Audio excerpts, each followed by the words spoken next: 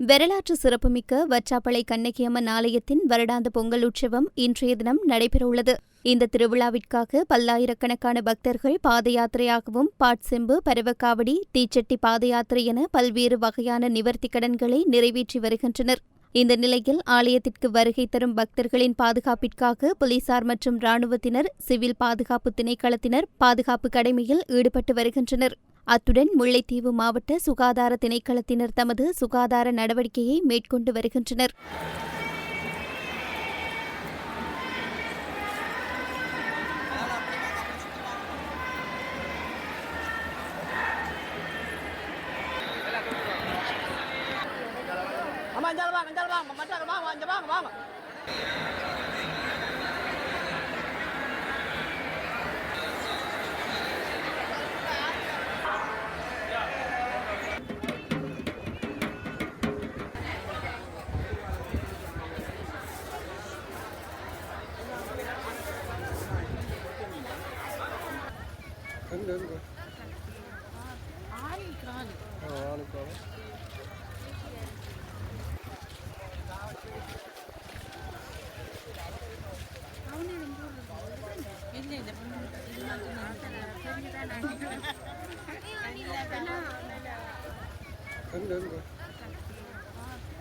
ஆளுக்கான